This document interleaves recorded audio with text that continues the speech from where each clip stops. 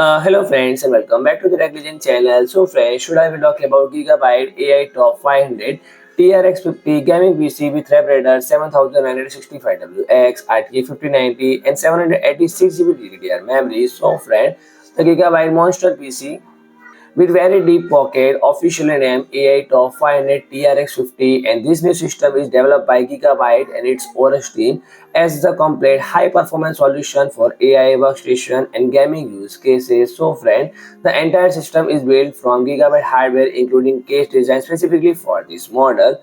So when the system feature on the AMD Ryzen Threadripper PRO 7965WX and part of AMD workstation series, and this CPU has a 24 core 48 threads and boost clock up to 5.3 GHz and support 8 memory channel. Interestingly, the launch come just 2 weeks from AMD announced the Threadripper 9000 series.